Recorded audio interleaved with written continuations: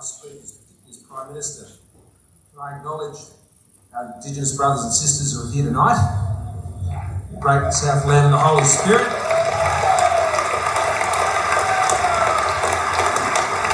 The elders past, present and future. Can I also acknowledge, as I'm sure they're here, any veterans or servicemen and women who are here tonight. And pay honour and respect to them tonight and thank them for their service.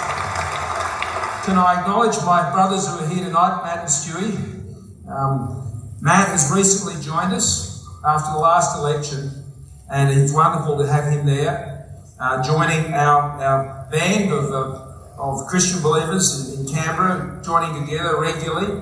And there's many more of us, I can assure you, from all different denominations, providing encouragement and fellowship to each other. Can I also acknowledge my very good mate Stewie? He and I came into the Parliament together, and all back in 2007, and Channy's here as well. And he's been a great brother and of mine over a long period of time. We've walked quite a journey together, so I'm so pleased that he can be acknowledged here on the Gold Coast tonight. Can I also give God some glory tonight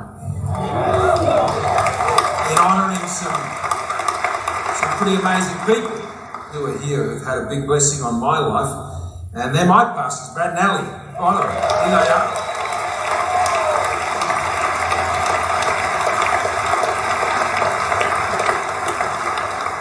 Brad and Ali have been marvellous to Jenny and I and the girls, and they took over that job from Mike and Val Murphy who are here.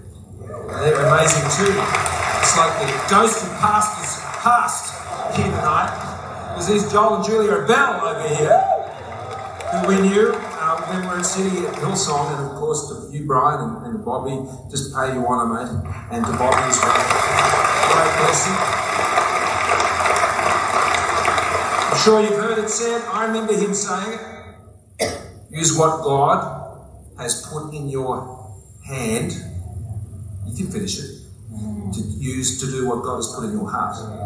I remember when you said that night at Homebush, and I think that has been a great blessing. Blessed to be a blessing, that's another one I heard. Amazing impact. Best is yet to come. Is that right? That's right. I did want to share something with you tonight. A few things that are on my heart. I need your help. I need your help. I remember my late father-in-law. Jenny sends her best, by the way. Thank you for your prayers for Jen, particularly most recently. She's amazing. I'm just thrilled that the rest of the country is getting to work out what I've known for a very, very long time. And she's a great blessing. You know, she's got an amazing heart. The way she's used the opportunity that God has given us for such a time as this, the way that she has been able to reach out to people and just be a blessing to them and a comfort to them. Her heart is just as big as it comes. And God is using her, I think, in great ways, in political ways. I don't come to talk to you about politics tonight. The opportunities that have come our way. Layla and Danny Abdallah, I don't know if you know, Layla and Danny, they lost their three children when they were run over at Oakwoods. And Jenny has forged an amazing friendship with her and that family and the other families that are affected. And that's an amazing faith that forgives. And they've been a blessing to this country. So Jenny's sorry she can't be here tonight. But I do need your help. My father-in-law was an amazing Christian. There wasn't a day that went past when Roy was not in complete wonder about how God saved him. It wasn't a day. He grew up in Bondi when it was a lot tougher than it was today. And he had a bit of a rough time growing up. He was a bit of a loner. And God reached him through a great church where he was. And he just lived the rest of his life going, I can't believe how great God is. And he would just give thanks every single day. And when I was younger, because I started going out with Jenny when I was 16. And so I would sit and we'd have discussions, Roy and I. And even then, back then, I was interested in things political, and so was Roy.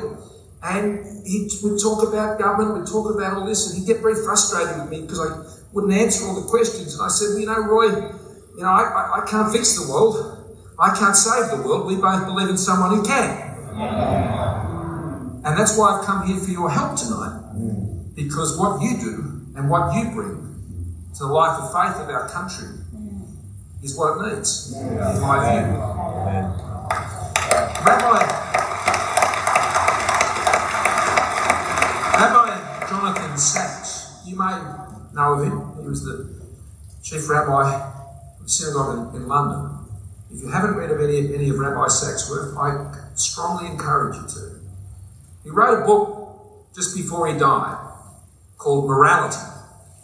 Now, it wasn't about what you might think, or I think most people who are outside of faith communities would think when you say morality. And he said this about it. He said, you lose your morality and you're in danger of losing your freedom. He said, our rights used to be how we were protected from the state, and now it's what we expect of it. He said, what we once expected from family and community, now we contract this to the state and to the market. And he challenged someone else, a famous economist, Friedrich Hayek, I'm an economist. Freedom has never worked without deeply ingrained moral beliefs. He was talking about community, and that you can't replace community with governments, with the market, with other institutions. You can't replace the family. You can't replace marriage. You can't replace the things that are so personal and ingrained and come out of us as individuals with systems of power or systems of capital. And these are important things, but they can't replace community. And every church, people say to me, what church do you go to? I go to Horizon Church. Used to be known as Shiloh Church. Been to other churches. Been in Baptist churches. Been in Brethren churches.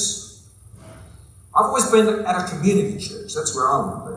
And a church that believes in community and creates community.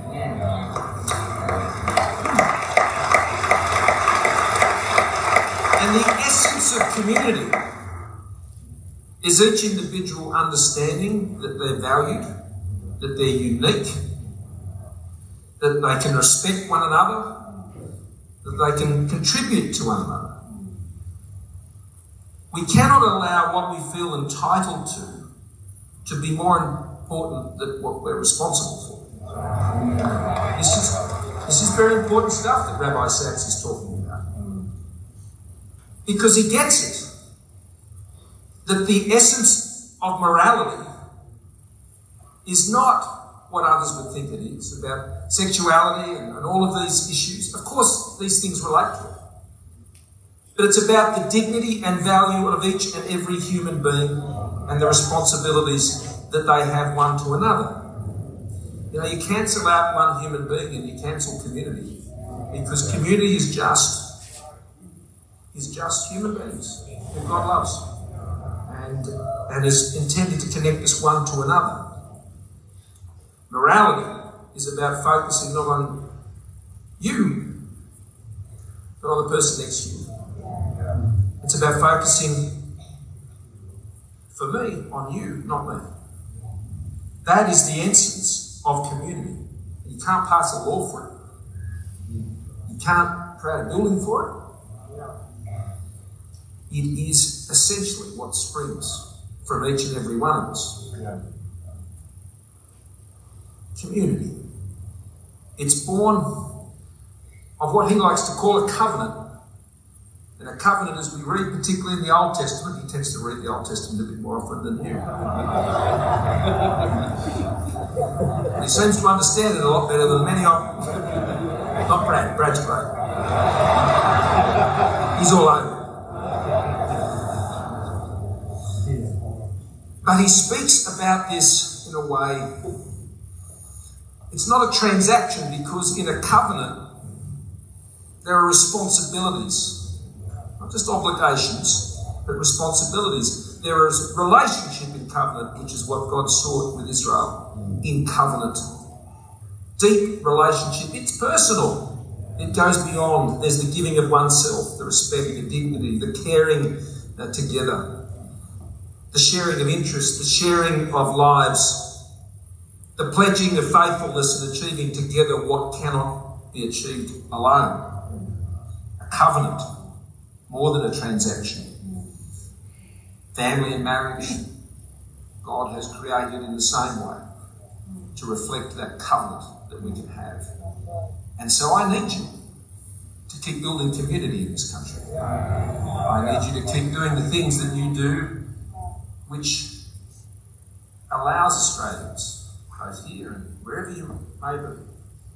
Brad does amazing work up in Papua New Guinea. I know how much he loves going up there, and I'm sure there are many other figures that have blessed our Pacific family, and maybe some of our Pacific family here, I don't know, or at least joining us online. But it's so important that we continue to reach out and let each and every Australian know that they are important, that they are valued, that they are significant. And as we believe, they are created in the image of God. And that in understanding that, they can go on a journey that I'm very confident you can take them. And I'm relying on you to do that, because that's not my job, that's yours.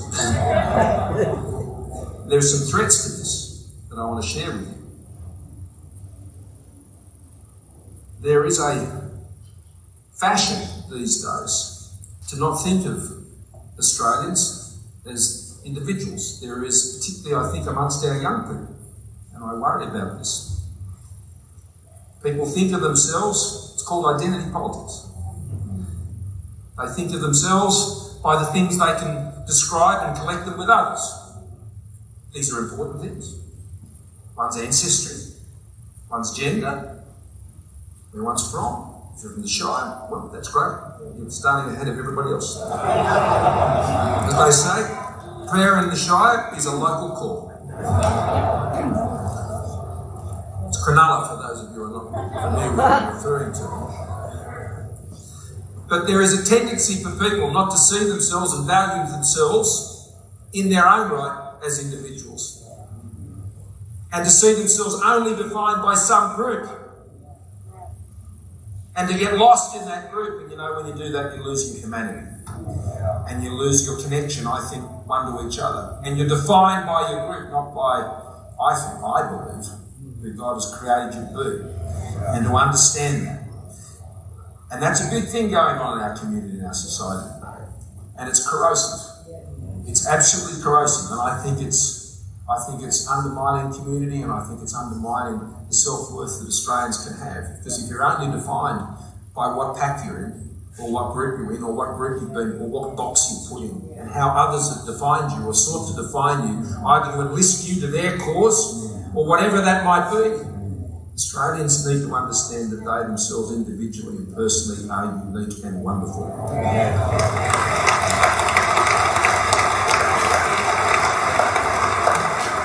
Because, you know, if you look at each other not as individuals but as warring tribes, you know, it's easy to start disrespecting each other. It's easy to start not understanding the person across from you. And this is important in politics for us too. That there is a beating heart over there. There is a unique individual with a unique set of issues and challenges and opportunities and possibilities and all of these sorts of things. And when you stop seeing that and just see someone as, well, they're of that view and that group, no. And that's why people start writing stupid things on Facebook and the internet, being disrespectful to one another, and we all know that how that is corroding and desensitizing our country and our society, not just here but all around the world. And I think it's an evil thing. I think it's a very evil thing, and we've got to pray about it. We've got to call it out, and we've got to raise up the spiritual weapons against this, because it is going to take our young people. It's going to take their courage. It's going to take their hope. It's going to steal their hope. We've got to pray about that. We've got to pray against that, because it is such a corrosive thing that we're seeing take place. Yeah, sure, social media has its virtues and its values and enables us to connect with people in ways we've never had before. Terrific. But those weapons can also be used by the evil one, and we need to call that out.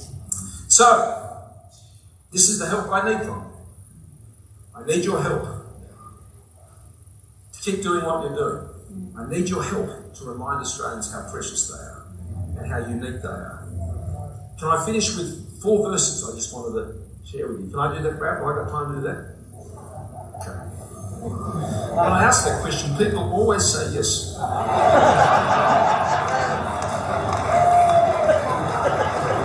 There will come a time where that will not be true, never. But it's not tonight. Tonight, there are a number of things. It's in 1 Chronicles 13.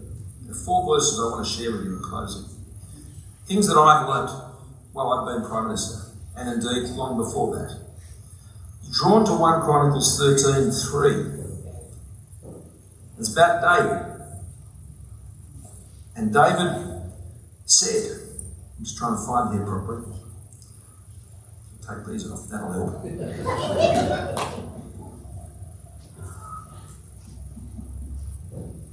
I've lost it here. 1 Chronicles 3.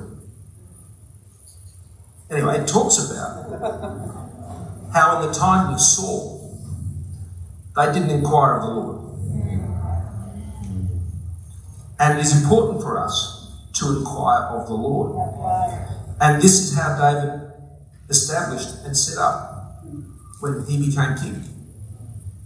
That all other kings, Saul had not done that, and we know that over the course of Israel's history, that those who didn't inquire of the Lord, those who neglected the Lord, those who put what the Lord had put in their heart to one side, then their kingdoms went where they went, and the people followed them where they went.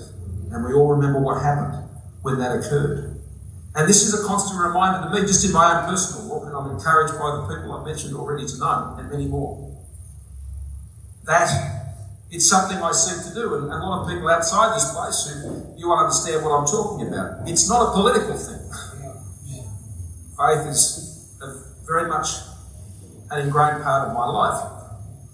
And I just seek his wisdom in the same way you do, each and every day. And it's important that we do that. The second one, I like this one, in Psalm 23:5, where he talks about preparing a banquet for you in the presence of your enemies.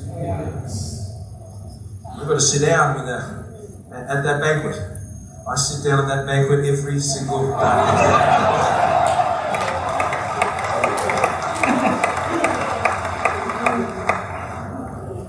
That's where we're called. He didn't ask us to sit. He didn't prepare a banquet for us in the presence of our greatest admirers and friends who would tell us wonderful and lovely things, as nice as that is. He said, I have prepared this banquet for you in the presence of your enemies, and I will be with you at that table. And it's a wonderful reminder to me each and every day. I was up in the Pilbara the other night, and Jenny, many years ago, got me this lovely little verse, and she put it in the frame so I'd see it each morning, about being strong and courageous. Do not be discouraged, from Joshua 1:9. There was a young fellow who was up he worked at the mines, and he just came up to me, because the people saying good day, we were talking, he just came up and said, Joshua 1:9. And I said, I've got that one. I've got that one. And when you read, as we all do, the thing that keeps coming back to me over and over and over again, any of us in leadership understand that, is yes, he's prepared that banquet, and yes, we inquire of the Lord, but you must be strong, you must be courageous, and you must not be discouraged. What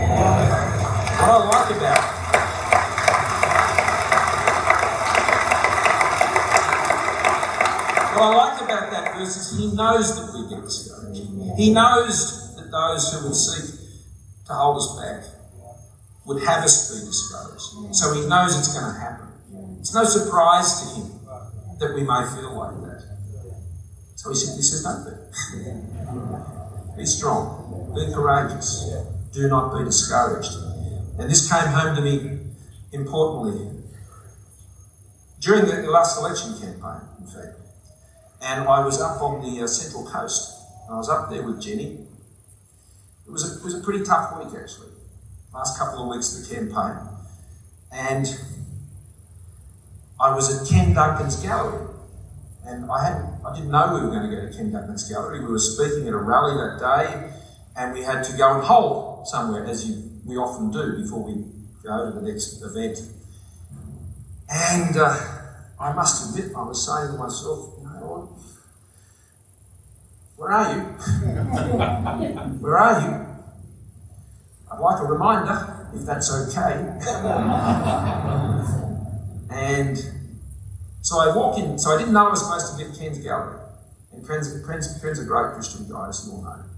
And I walked into his gallery, and there, right in front of me, was the biggest picture of a soaring eagle that I could imagine.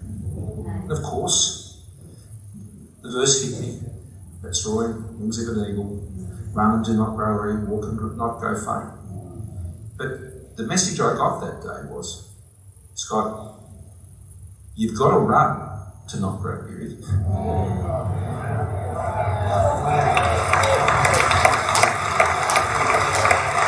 You've got to walk to not grow faint.